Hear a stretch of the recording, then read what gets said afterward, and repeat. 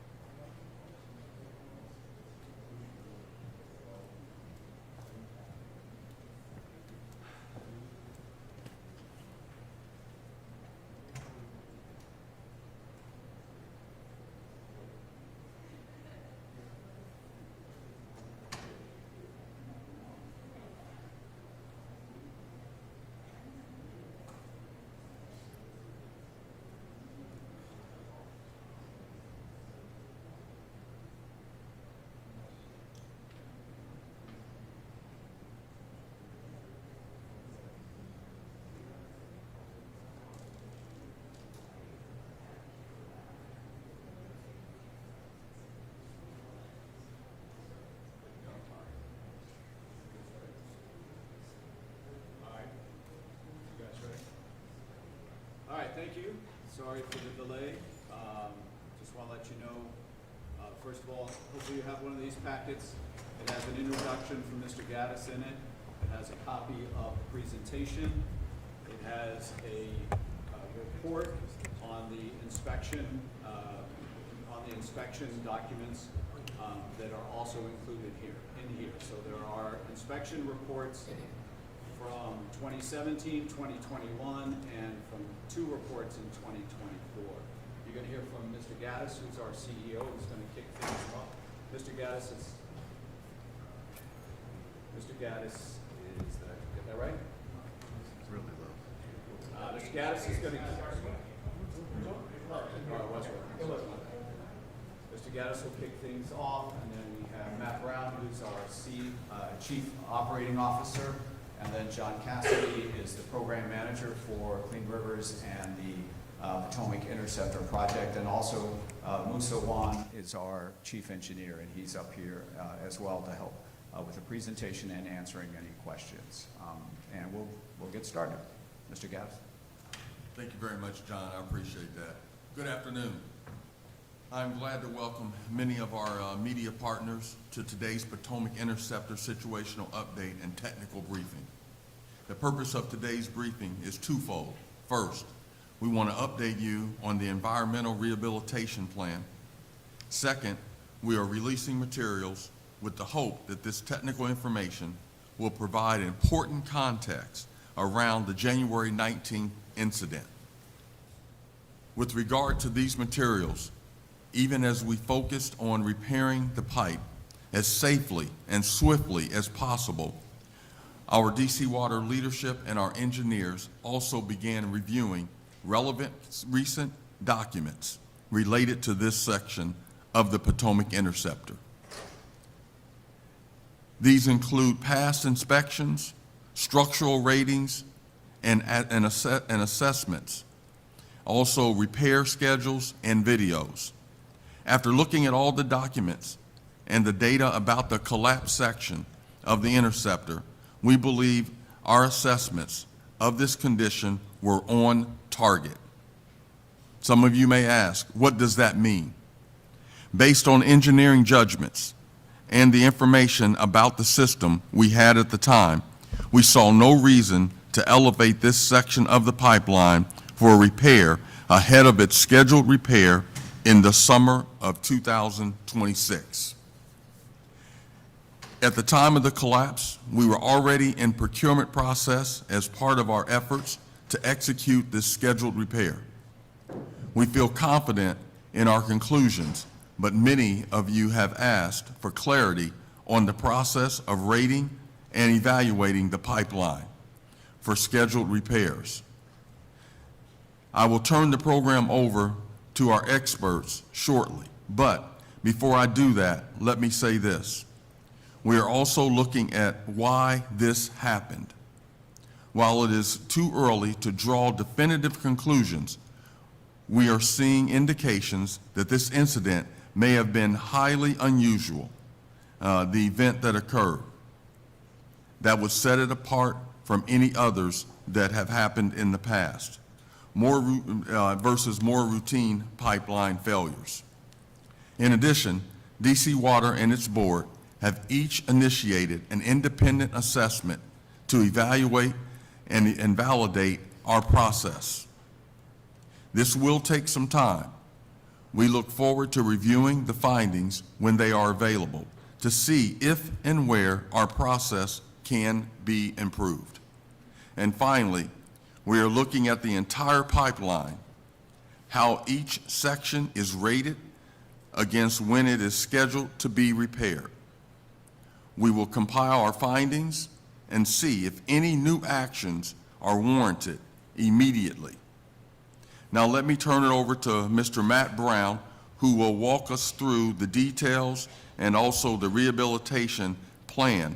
John Cassidy, who will discuss the inspection process, will be speaking to you as well.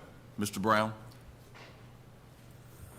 Thank you, Mr. Gaddis. Good afternoon. First, the Potomac River watershed includes about 15,000 square miles through various states, Virginia, Maryland, West Virginia, and others. It's important to note that during the overflow incident, first, there have been no overflows since February 9th. During the peak of the incident, approximately 2% of the total river flow was impacted. And with time and with increasing river flows, bacterial levels are decreasing at or near the overflow site. And we post those test results every day on our website. And DC Water is committed to cleaning and rehabilitating the impacted areas, and that work has begun already. As a reminder of the Potomac Interceptor, it's a 54-mile asset that carries sewage into the Blue Plains wastewater treatment plant from as far away as Dulles Airport. The break location is shown on red in this, in the map that you see on the screen. The Great Falls water intake, which is the water intake that the Washington Aqueduct is drawing from, is the one that is active right now, and so there has been no impact on drinking water. There is a Little Falls water intake that is downstream of the break site. That intake is not in use. The Potomac Interceptor serves over 500,000 people in the jurisdictions that you see there: Fairfax and Loudoun counties, the town of Vienna, Herndon, and Montgomery County, Maryland. There's a 4-phase response and repair plan that we are engaged in. The very first thing that we did is we worked to stop the flow of the sewage into the Potomac River. And I'll go through the timeline in just a second, just as a reminder of all the activities that we have completed. But that bypass was installed in the C&O Canal with the partnership of the National Park Service. Next, we began investigating the blockage to understand what caused it and how to remove it and how to get the flow back into the Potomac Interceptor as quickly as we could. And we faced a pretty big challenge with a rock blockage that caused us to enhance our pumping operation. That repair and flow restoration is underway right now. We are on target to complete that by mid-March, as we have committed to. Downstream of the broken section of the pipe, we began applying geopolymer to strengthen the pipe, while upstream the pipe is being cleaned. When the geopolymer application is completed in the downstream section, we'll transition to the upstream section, and again, plan to have that, the flow back into the Potomac Interceptor by mid-March. Next slide shows the quick timeline, and I won't go through all the details here, but the incident occurred on January 19th when we were reported to a movement outside of our odor control facility. On the morning of January 20th, we began working with the Park Service and planning the bypass operation. We had the first pumps in service on January 24th. Those pumps take the sewage out of the Potomac Interceptor upstream of the break and put it back into the Potomac Interceptor by gravity through 3 flumes downstream of the break. On January 27th, there was additional pumping capacity brought online. That was to deal with the very cold weather and the clogging up of pumps from grease and from wipes. And then on February 15th, we brought in additional pumping capacity in order to stop all of the flow into the Potomac Interceptor to allow us to reach the blockage in the break site. We've also been doing several concurrent activities at once. We began planning for the environmental rehabilitation efforts early on because we knew we needed to take care of the environment's important to us. We needed to take care of the areas that had been impacted by the sewage. We also began testing at 8 locations. That's been expanded to 10 as of yesterday in order to report on E. coli levels in the water. Currently now, there are 8 13 MGD, million gallon per day pumps in a pit that is near the 495 bridge that is helping us stop all of the flow.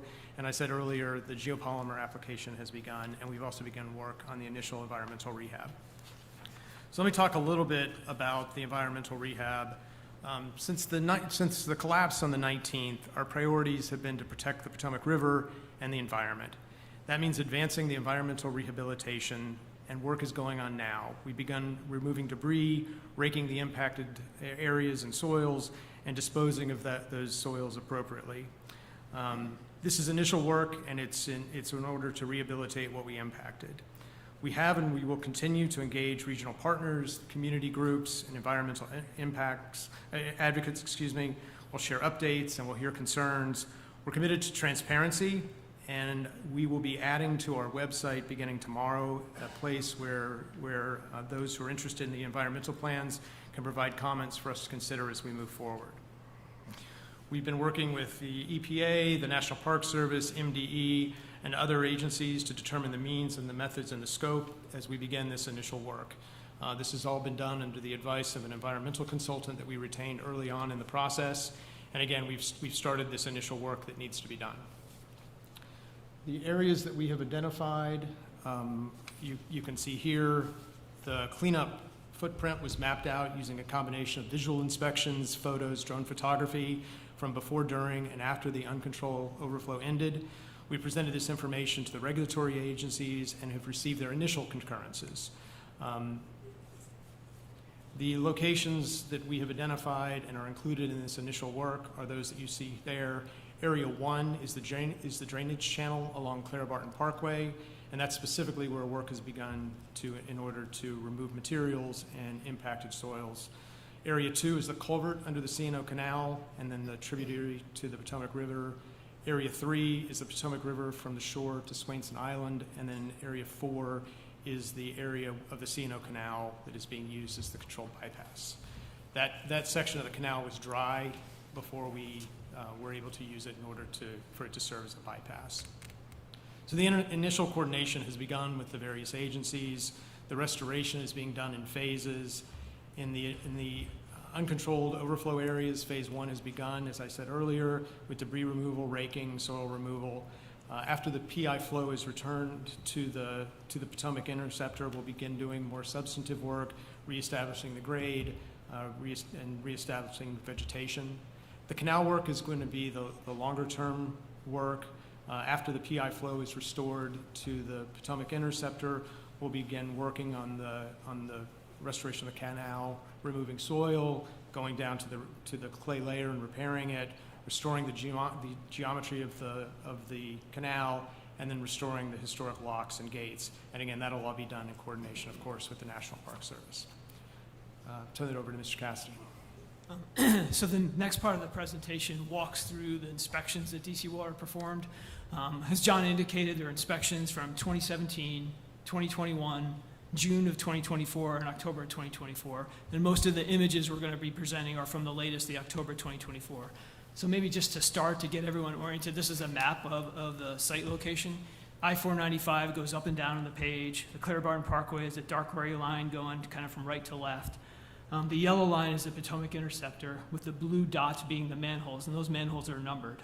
The break location is to the right-hand side of where it says PI 17, which is manhole number 17, where it says number 3, inspection results at break. I guess we're going to walk through each one of these 3 areas of the inspection, show images of the pipe, and kind of derive conclusions from there. So the first one is on the left-hand side. I'm going to start from left to right. Inspection results in high-priority rehab area. So thank you. Next slide, please. So these are inspection results of the area to the upstream of the break, not at the break location, but upstream of the break. It basically shows a series of images of the inside of the pipe from 2021 up through 2024. You can see that there's sections of the pipe that have substantially degraded. This is the section of pipe where DC Water did a high priority rehabilitation beginning in June 2025 and concluding in January of 2026. That rehabilitation basically consisted of slip lining the pipe. And what that means is digging holes, pits on the pipe, inserting a new pipe, grouting the annular space, and in essence, we're giving you the equivalent of a new pipe at the end of the day.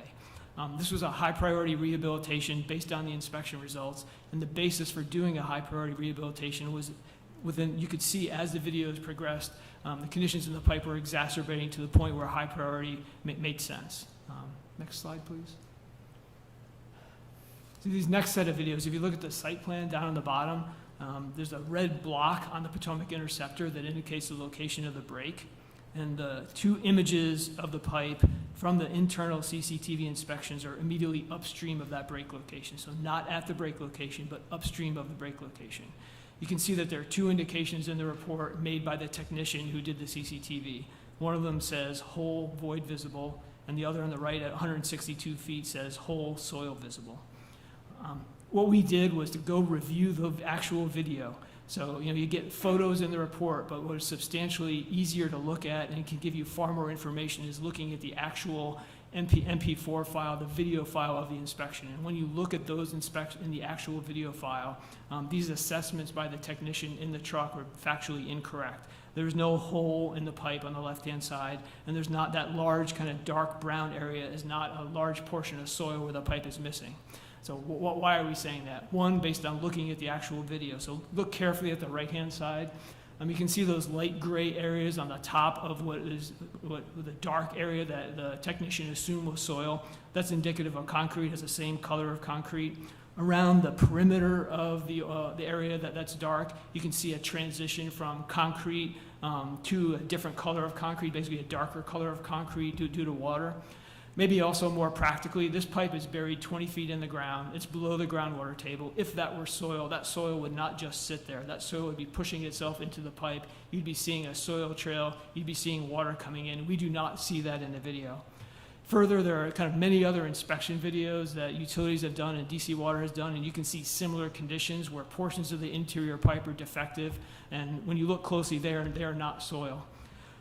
So the conclusion from these videos, when you look at the reports, when you look at the videos, you can kind of make your own judgments, but the DC Water's conclusions is that these were just in an incorrect assessment by the technician in the field doing it at the time, and further engineering review supports that these are not holes in the pipe. And probably maybe even more importantly, this is not where the break happened. This is upstream of the break. This is not where the break occurred. Next slide, please. This is where the break occurred. So based on field measurements from manhole 17 upstream down to where the pit occurred, this is where the break occurred that we're kind of currently fixing. And you can see at this location the characteristics of the pipe. There's some exposed aggregate that's kind of like what you would see on a sidewalk when you walk by, and you see kind of little chips in the sidewalk, or on a bridge abutment when you drive through. You can also see the beginnings of what looks like a rib cage or lattice kind of network up at the crown of the pipe. That's the beginnings of the rebar or reinforcing steel that is inside the pipe. So looking at this video, which is the latest video, you can look through the series of them, but looking at the latest video, at the break location, there are not indications of a condition that warrants kind of emergency or high priority kind of immediate repair. We just don't see those conditions in the pipe, which is why the pipe was scheduled for a capital project down the road. Next slide, please. So a significant consideration that DC Water is dealing with in the field, and it has been observed, is that when we were digging down on the break location and adjacent to it, extremely large boulders were being pulled out of the hole.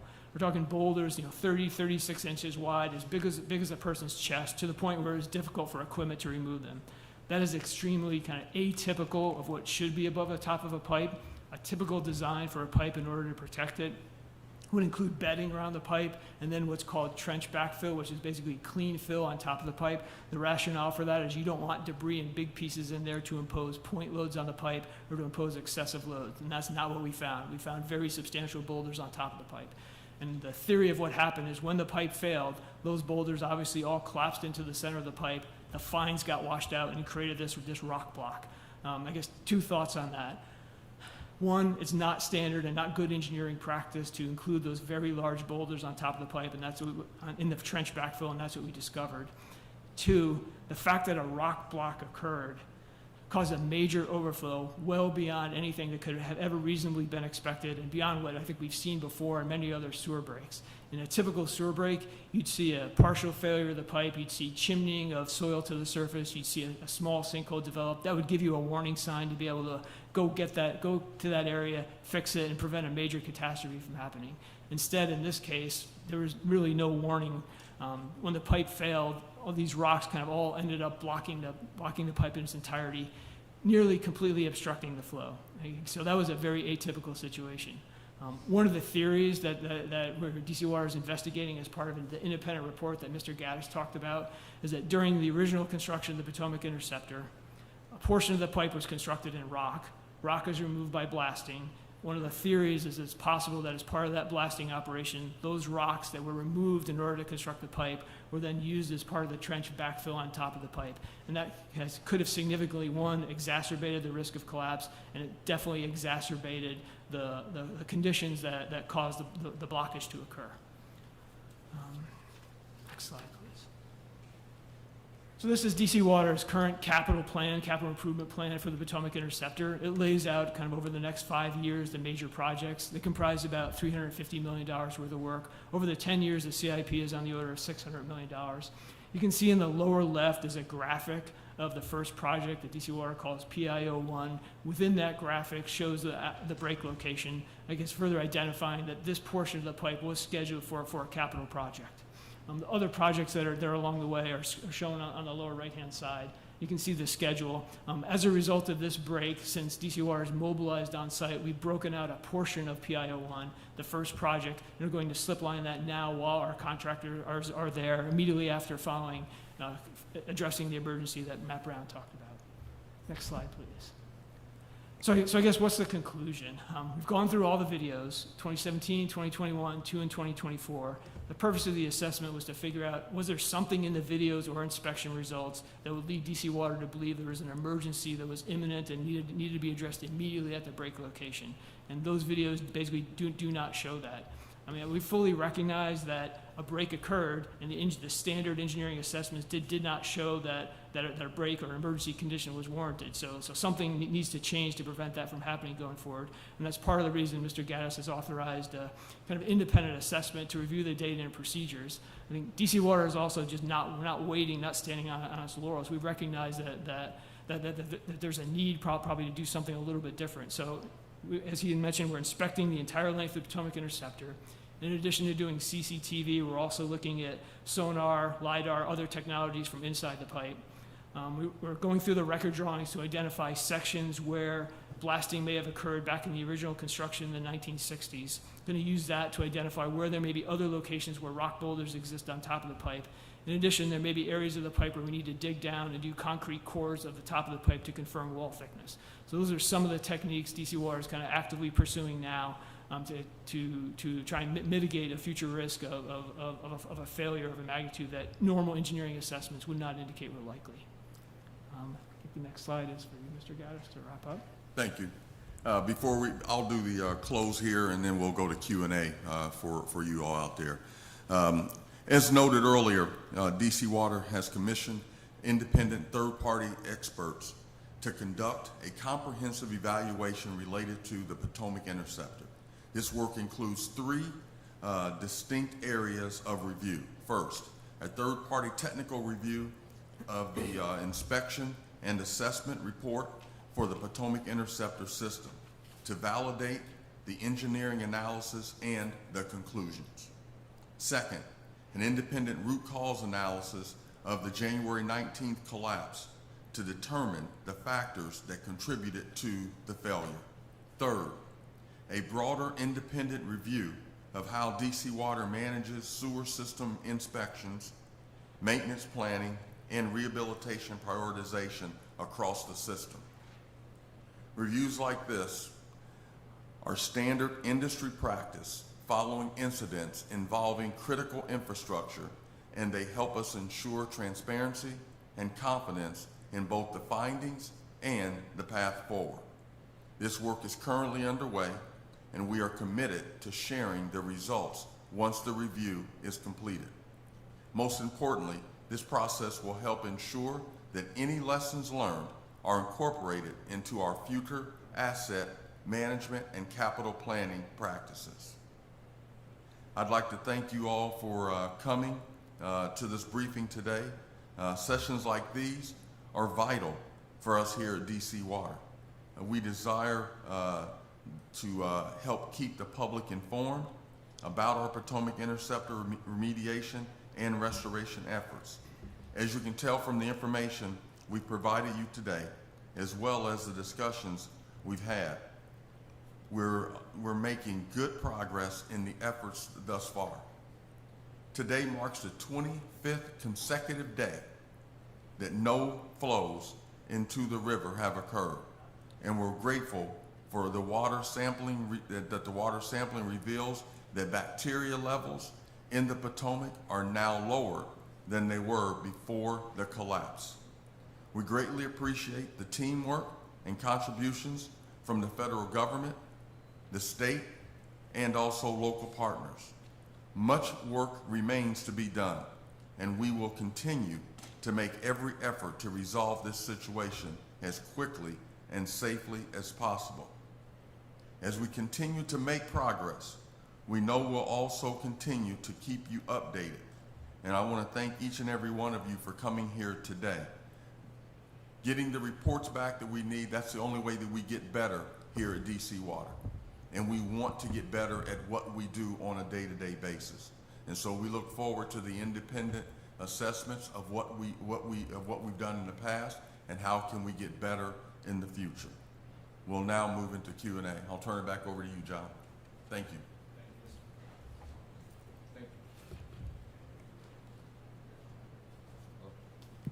Thank you, Mr. Gaddis.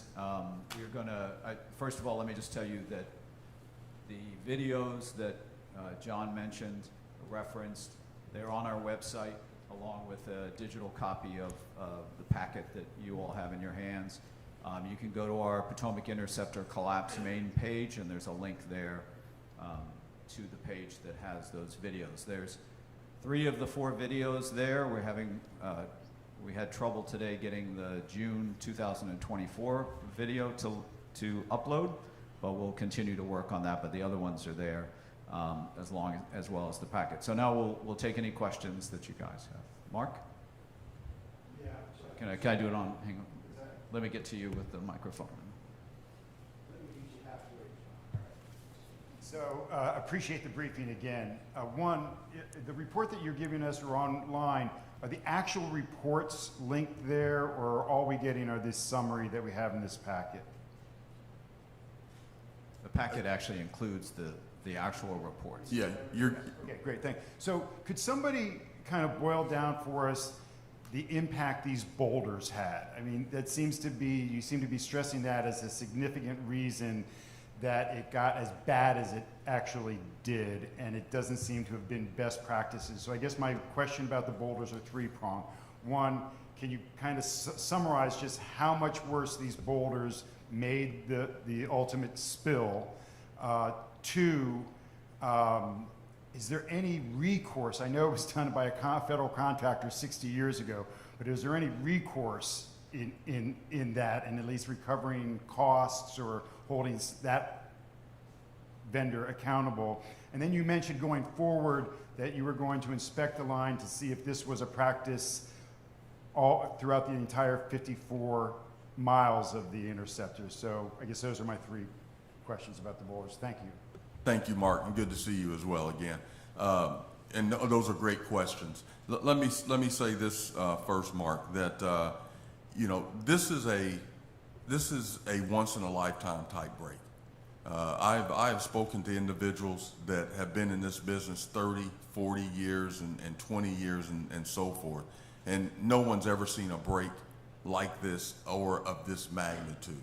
And so as Mr. Cassidy said earlier, the backfill that's usually used on pipe of this nature is not boulders.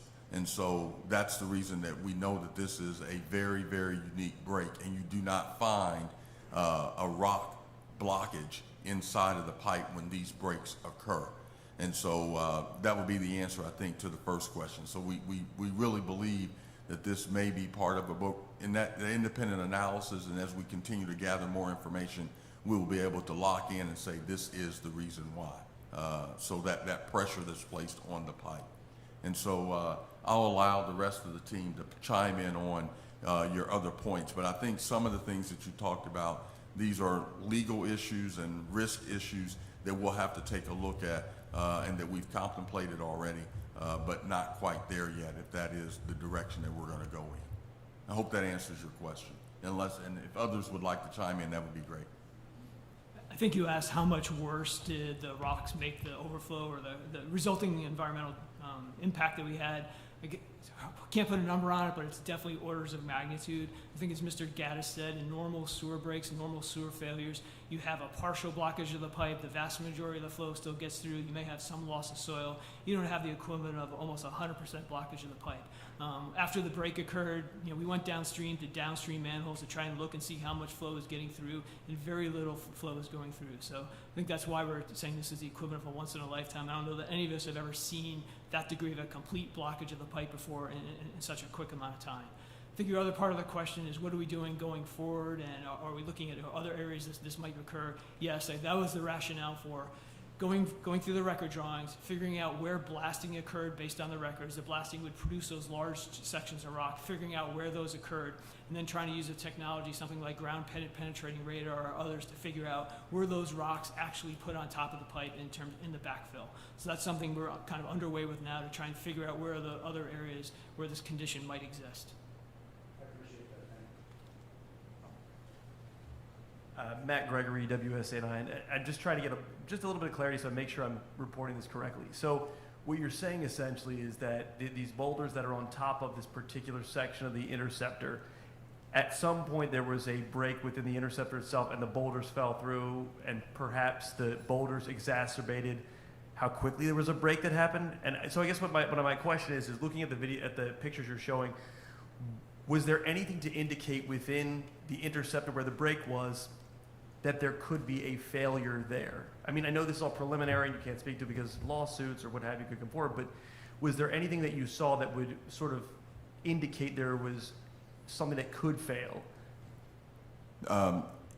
The answer to that question is there were no indicators that would have told us that. And so as a result, and you've described it very well, that when the failure did occur, it did cause that rock dam inside of the pipe. And that is not what you usually see in any of these types of pipe failures that any of us have seen in our careers. John, I don't know if there's anything else to add. Okay. You're welcome. Next question. My name's Carlos. I'm also with NBC4. Just a silly question. What should have been used as backfill instead of the boulders when you typically do these projects? Well, one of the things that should have been used is that the rock or the backfill shouldn't be any larger than 3 inches in diameter. And so from a backfill standpoint, I'll allow Mr. Cassidy to talk about the other fill that should have been used, but you shouldn't see anything larger than 3 inches in diameter. Mr. Cassidy. It's a good assessment. Basically what engineers call clean fill or trench backfill, kind of low-graded material without debris, sharp objects, and definitely not boulders, anything bigger than, I think Mr. Gaddis said 3 inches, something like as big as your fist. Mostly because it can impose very large loads on top of the pipe and can also create point loads if a portion of those boulders bore against the pipe or through a period of time ended up settling and ended up touching the pipe. So that's the risk and the reason why that's typically prohibited when you construct large pipelines. So, if I could follow. Yeah, thanks. So, in that one picture where you showed of the site of the break, where you said there was like ribbage, where you could kind of see the rebar, the theory is that there's boulders right there above it in the picture, and that's kind of what you think happened, that was the break and then they went in?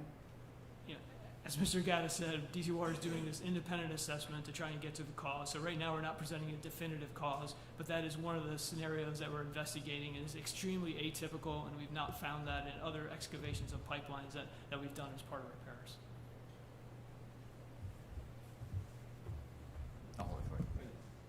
Yes, Joaquin from Fox 5. Sir, you said this break you have not seen like for 20 years. It's like a magnitude. What's the chance that happen again?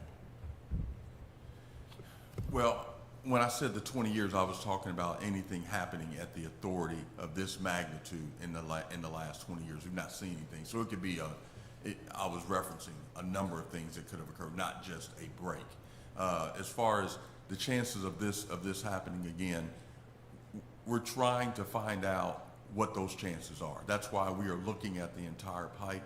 We're going to use new technology to look down into the ground, not just into the pipe, but we're also going to go above ground and go down and see if there are any other boulder type situations out there from that standpoint. And so we're going to look at that and make sure and try and make sure it does not happen again. But there is no guarantee. But we want to do everything we can to make sure that it does not happen again. Okay, next question over here. Hi, Daniel Hamburg with DC News Now. I know the other sections that you said were finished earlier this year by slip lining. So I'm curious, obviously the break happened and then the rock fall happened. Is the plan for the rest of the pipeline, as you look at other sections to see what may be defective, to continue that slip lining? Is that the priority, or is it really focusing on what could exacerbate it more, like the boulders on top kind of thing? Well, I think that it's twofold. It'll be both of those things. So we'll be able to do two things at once. We'll look and see where the boulders may be in this 54-mile pipeline. But as we repair the sections that are being called out right now from our inspection, we will look at what is the best way to make sure that to make the repair occur. And so if slip lining is the best, we will slip line the pipe as we move forward, in which we found thus far that is the best. Mr. Brown talked about geopolymer. We've used that as a temporary repair. We will then come back and slip line that area as well. John, I don't know if you have anything you'd like to add further. Did that answer your question, sir? Okay, thank you. Okay.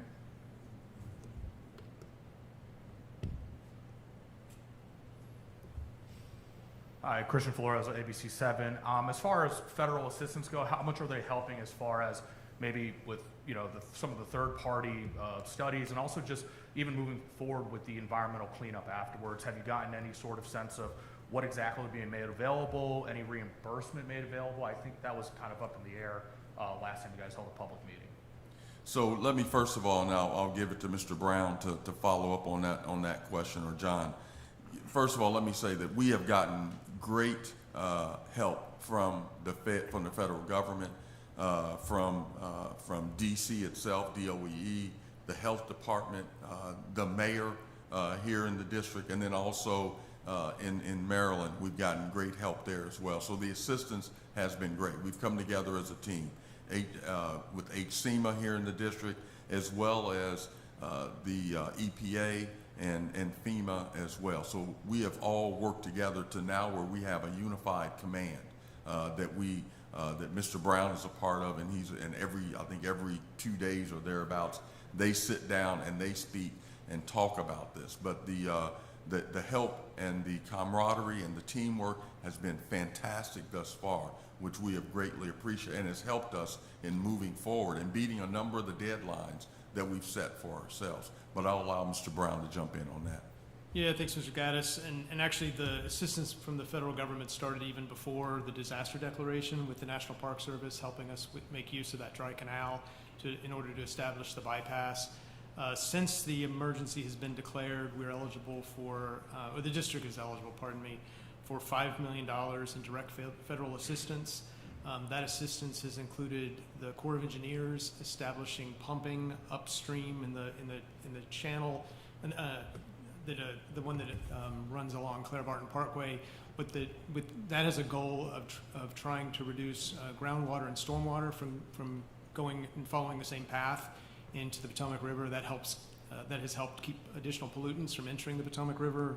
So we appreciate the Corps of Engineers for assistance there.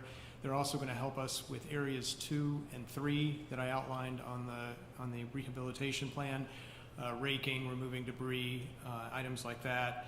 And then we're also working with EPA for possible assistance on that Claire Barton channel in order to augment our cleanup efforts, again, to remove the debris and the impacted soils, clearing of brush and those sorts of activities. Great, thank you. Any other questions? Mark. Thanks. Just 2 quick questions. As far as the timeline for getting the pipe repaired to the point where you restore flow, are you still on track for mid-March for that? That's kind of been your target? Yes, sir, we are.